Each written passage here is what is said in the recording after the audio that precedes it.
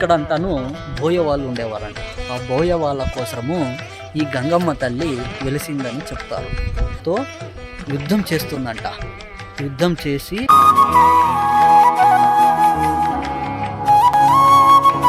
గంగమ్మ అమ్మవారు పూలు ఇస్తారంట. ఈ గంగమ్మ అమ్మవారి తల మీద పూలు పెడితే కుడిపక్క పెట్టిన పువ్వు పడితే వాళ్ళ కోరిక, ఎడం పక్క పెట్టిన పువ్వు పడితే వాళ్ళ కోరిక ఎప్పటికీ నెరవేరదంట. ఆ విధంగా నరికేస్తుందంట పెద్ద గుండుని ఒకే ఏటితో ఆ అమ్మవారి. నమస్కారం దేవుళ్ళు, నేను మీ మురళీకృష్ణ, ఎన్ఎస్ మురళీకృష్ణ మన ఛానల్ పేరు. మనం ఇప్పుడు బోయకొండ గంగమ్మ దేవి దేవస్థానానికి వెళ్తున్నాము. రండి, ఈ దేవస్థానం గురించి మనం తెలుసుకుందామండి. ఈ బోయకొండ గంగమ్మ దేవస్థానం బెంగళూరు నుండి 164 కిలోమీటర్ల దూరం ఉంది.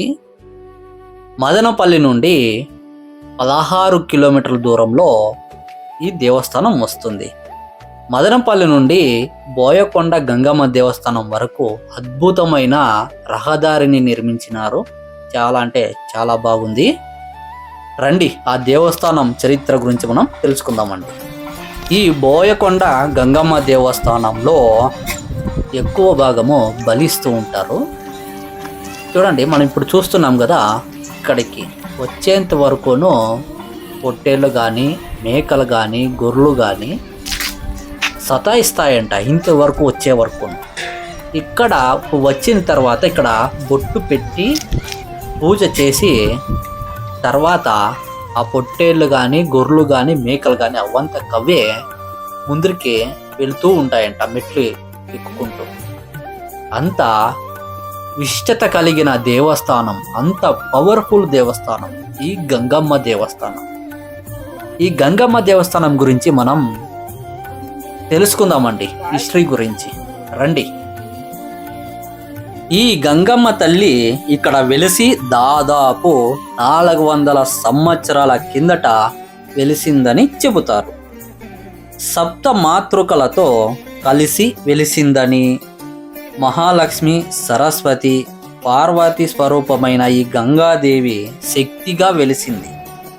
పూర్వం 400 సంవత్సరాల కిందట కొన్ని గ్రామాల ప్రజల కోరిక మేరకు ఇక్కడ వెలిసిందని తెలుస్తోంది. చూడండి, తప్పెట్లు మేళాలు మనకి వినపడుతూ ఉన్నాయి. అమ్మవారి దేవస్థానం దగ్గర మనం దగ్గరికి వచ్చినామని చెప్పుకోవచ్చు. చూడండి, ఇదంతా కొండ, అడవి తరనే ఉంది.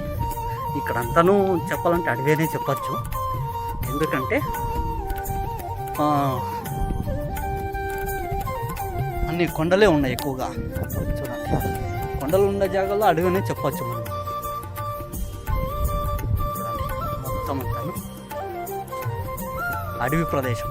చూడండి, మొత్తం అంతా కొండలే ఉన్నాయి. చూడండి, ఇలా రాళ్ళపైన రాళ్ళు ఇలా పేర్చుతున్నారు. వాళ్ళ కోరికలు నెరవేరాలని ఇలా చేస్తారని మనం తెలుసుకోవచ్చు. చూడండి, ఆల్మోస్ట్ మనము సుమారు దేవస్థానాలు కొండలపైన ఉన్న దేవస్థానాలకు వెళ్తే ఇలాగే కానొస్తాయి. చూడండి, ఈ చోట కూడా అలానే చేసినారు.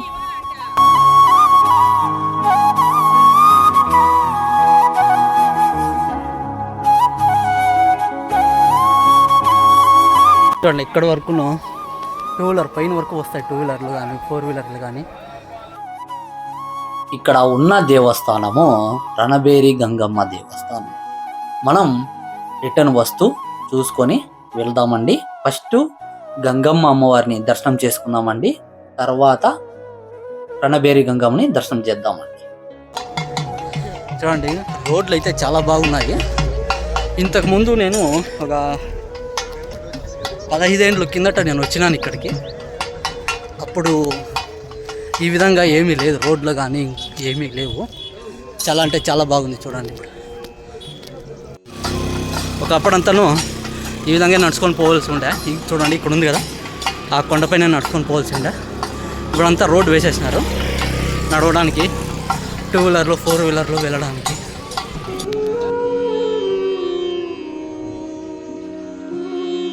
గోల్కొండ నవాబుల కాలంలో ఇక్కడ ఉన్న కొన్ని గ్రామాల ప్రజలు ఈ కొండపైన ఉండేవారంట. ఆ గ్రామాల ప్రజలు ఈ కొండపైన ఎందుకు ఉండేవారు అనే విషయాన్ని మనం తెలుసుకుందాము రండి. గోల్కొండ నవాబుల కాలంలో ఈ గ్రామాల పైన ఆ గోల్కొండ నవాబులు చాలా నీచంగా జనాలపైన పడి వాళ్ళ వస్తువుల్ని ధాన్యాన్ని దోచుకొని వెళ్ళేవారంట. స్త్రీల పట్ల కూడా చాలా అసభ్యంగా ప్రవర్తించేవారంట. నగలు నట్ర వేసుకుంటే అవి కూడా పీక్కొని దోచుకొని వెళ్ళేవారంట. వీలైతే చంపి కూడా వెళ్ళేవారంట. అలాంటి టైంలో ఈ గంగాదేవి ఎలా రక్షించింది వీళ్ళని అనే విషయాన్ని మనం ముందుకు తెలుసుకుందాం రండి. మనం ఈ దేవస్థానం దగ్గరికి కొండపైనకి వస్తున్నట్టుగానే మన మొబైల్ మన దగ్గర ఉంటే వారు అక్కడే తీసుకొనేస్తారు. అక్కడ 10 రూపాయలు ఛార్జ్ చేస్తారు మొబైల్కి. మనం రిటర్న్ దేవస్థానం దర్శనం చేసుకొని వచ్చిన తర్వాత వారు మనకి మొబైల్ని ఇస్తారు. ఈ దేవస్థానంలో లడ్డూ ప్రసాదం కూడా దొరుకుతుంది. తర్వాత శుక్రవారము అన్నదానం ఉంటుంది. ఇక్కడ ఫోటోగ్రాఫర్ కూడా ఉన్నాడు. మనకి కావాలనుకుంటే ఒక ఫోటోను కూడా తీసిస్తారు వాళ్ళు. దానికి ఒక 100 రూపాయలు ఛార్జ్ చేస్తారు వాళ్ళు. ఈ దేవస్థానాన్ని మీకు చూపించడం కోసం నేను ఈ దేవస్థానం ట్రస్ట్ వాళ్ళని కలిసి వాళ్ళతో పర్మిషన్ తీసుకొని మీకు ఈ దేవస్థానాన్ని చూపించడం జరిగింది. చాలా బాగుంటుంది చూడండి. నేనైతే చాలా కష్టపడి ఈ వీడియోని చేసినాను. మీరు కూడా నా కష్టానికి తగినట్టుగా ప్లీజ్ సబ్స్క్రైబ్ చేయండి, షేర్ చేయండి, కామెంట్ చేయండి, లైక్ చేయండి. ప్లీజ్ ఇంకోసారి చెప్తున్నా, ప్లీజ్ సబ్స్క్రైబ్ చేయండి. అలాగే గంట సింబల్ ఉంటుంది, దాన్ని కూడా కొడితే మీకు నేను చేస్తున్న వీడియోలన్నీ నోటిఫికేషన్ వస్తాయి. ఆ నవాబుల సైనికుల బారి నుండి తప్పించుకోవడం కోసం ఈ చుట్టుపక్కల గ్రామాల ప్రజలు తమకు తాము రక్షణ కల్పించడం కోసం ఈ కొండపైనకి వెళ్ళి నివాసం ఉంటారంట. ఈ కొండపైన సమృద్ధిగా నీళ్లు ఉండడంతో వీళ్ళకి ఉండడానికి అనుకూలంగా ఉండడంతో ఈ కొండని ఎంచుకొని ఆ గ్రామాల ప్రజలు ఇక్కడే ఉంటారు. ఇప్పుడు మనం అమ్మవారు పువ్వు ఇచ్చే విధానాన్ని మనం చూద్దామండి. చూడండి, నేను చూపించే ప్రయత్నం చేసినాను. మీరు నిశ్చితంగా గమనిస్తే ఆ అమ్మవారు పువ్వు ఇస్తారు. ఈ అమ్మవారి తల మీద 3 పువ్వులు పెడతారంట. కుడి పక్క పెట్టిన పువ్వు కుడివైపు పడితే వారి కోరికలు తొందరగా నెరవేరుతాయని, మధ్యలో పెట్టిన పువ్వు పడితే వారి కోరికలు కొంచెం నిదానం అవుతాయని, ఎడమ వైపు పడితే వారి కోరిక నెరవేరవని. వారు ఆ కొండపైనికి చేరుకోగానే వారితో పాటు ఒక వయసు అయినటువంటి ఒక అవ్వ వారితో ఉండడానికి నిశ్చయించుకొని వెళుతుంది. అప్పుడు అందరూ ఎవరు నువ్వు అని అడుగుతారు. నేను దారి తప్పిపోయి వచ్చినాను నాయన, నేను కూడా మీతో పాటే ఉంటాను అని ఆ అవ్వ అంటుందంట. మమ్మల్ని మేమే కాపాడుకోలేకపోతున్నాము, నిన్ను ఎలా కాపాడగలము మేము, నువ్వు వెళ్ళిపోవా నీ దారిన అని వారు అంటారంట. అప్పుడు ఆ అవ్వ, లేదు నాయన, నాకు ఎక్కడికి వెళ్ళడానికి అవకాశం లేదు, నేను మీతో పాటే ఉంటాను అనడంతో వారిలో కొంతమంది ఉండడానికి సరి అని అంటారనమాట. మాకు భోజనాలు కూడా కష్టము, అందువల్ల నీకు ఒక పూట మాత్రమే భోజనం పెడతామని ఆ అవ్వతో అనడంతో ఆ అవ్వ సరే అని అంటుందంట. చూడండి, ఎవరూ చూపించలేదు, ఆల్మోస్ట్ యూట్యూబర్స్. నేనైతే అమ్మవారి దేవస్థానం అంతా చూపిస్తున్నాను. చాలా అంటే చాలా బాగా చూపిస్తున్నాను. చూడండి, పర్మిషన్ తీసుకొని నేను వచ్చి ఈ వీడియోలు చేస్తున్నాను నేను. చూడండి,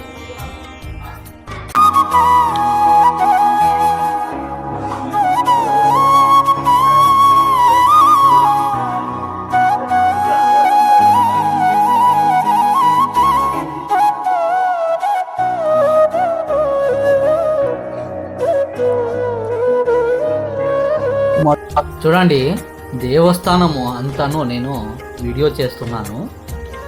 ఇక్కడ పర్మిషన్ తీసుకొని మీకోసం నేను ఈ వీడియో చేస్తున్నాను. దేవస్థానం అంతా లోపలంతాను. ప్లీజ్ ఎవరైతే సబ్స్క్రైబ్ చేసుకోలేదో దయచేసి సబ్స్క్రైబ్ చేసుకోండి. ఈ దేవస్థానంలో బోయకొండ అమ్మవారి మూల విగ్రహము ఇక్కడ ఉంది. ఆ అమ్మవారిని నేను చూపించే ప్రయత్నం చేసినాను. మీరు కూడా చూడండి. ఇప్పుడు నేను చూపిస్తాను, చూడండి. మూల విగ్రహం ఉంటాం కదా, ఆ మూల విగ్రహము ఈ అమ్మవారే. బోయకొండ అమ్మవారి మూల విగ్రహము మనం ఇప్పుడు చూస్తున్నది. దర్శనం చేసుకోండి. కొన్ని రోజులు గడిచిన తర్వాత వారు అవ్వని నిశ్చితంగా గమనించిన తర్వాత రాత్రిపూట అవ్వ ఉండడం లేదని వారు అనుకుంటారు. అప్పుడు వారు 4 గుంపులుగా విడిపోయి వెతకడం మొదలు పెడతారు. అవ్వ కొండ చిట్ట చివరలో బంగారు ఊయలపైన ఊయల ఊగుతూ ఉంటుందంట.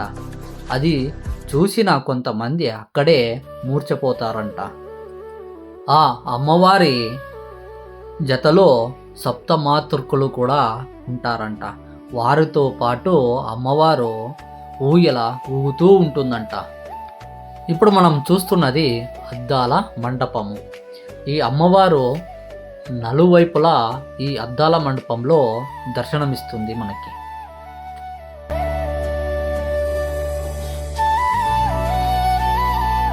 ఇప్పుడు మనము చూస్తున్న స్థలము ఇక్కడే మేకలని, గొర్రెలని, పొట్టేళ్ళని ఇక్కడే బలిస్తారంట.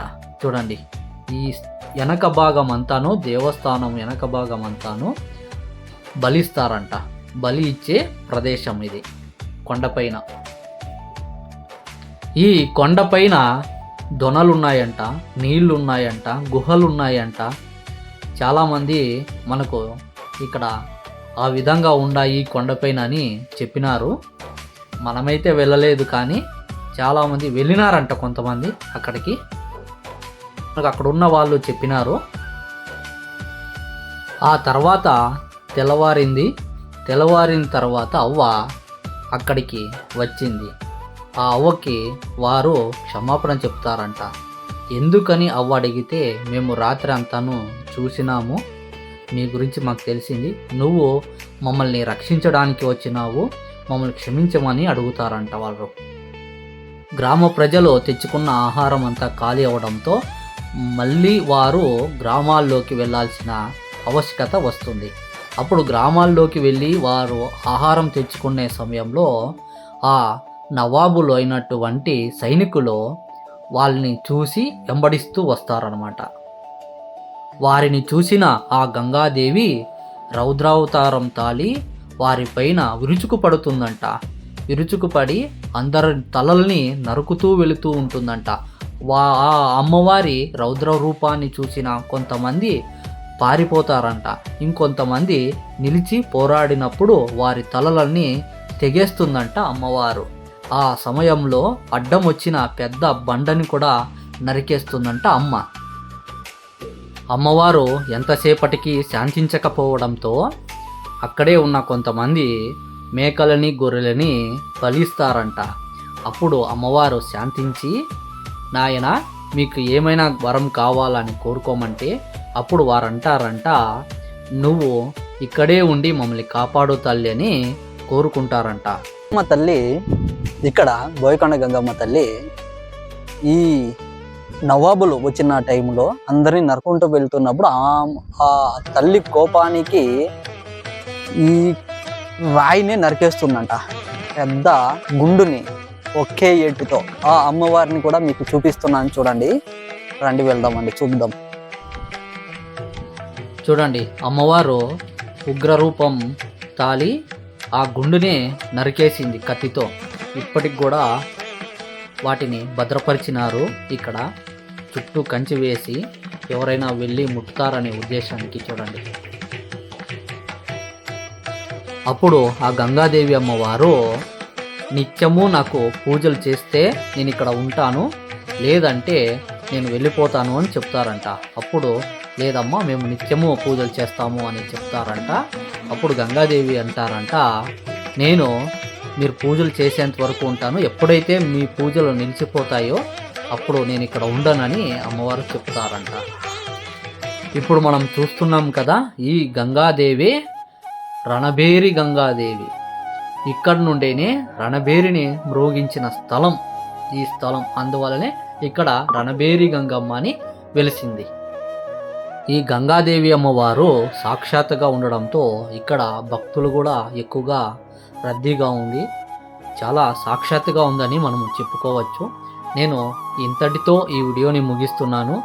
నెక్స్ట్ వీడియోలో మనము కలుసుకుందామండి. ఈ వీడియో మీకు ఇష్టమైనట్లయితే ప్లీజ్ సబ్స్క్రైబ్ చేయండి, షేర్ చేయండి, కామెంట్ చేయండి. ఇట్లు మీ మురళీకృష్ణ, ఎన్ఎస్ మురళీకృష్ణ మన యూట్యూబ్ ఛానల్ పేరు. నమస్కారం అండి.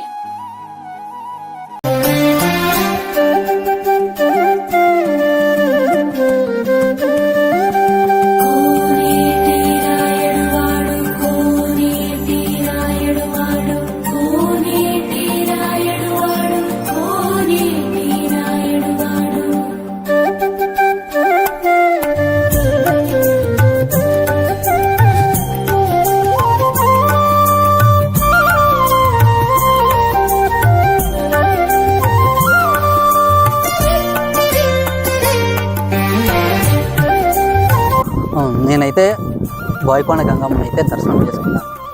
ఇక నెక్స్ట్ వీడియోలో మనం కలుసుకుందామండి. అంతవరకు మనము సెలవు.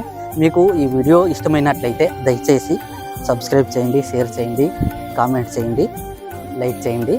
ఇట్లు మీ మురళీకృష్ణ, ఎన్ఎస్ మురళీకృష్ణ మన యూట్యూబ్ ఛానల్ పేరు. నెక్స్ట్ వీడియోలో మనం కలుసుకుందామండి. అంతవరకు సెలవు. నమస్తే.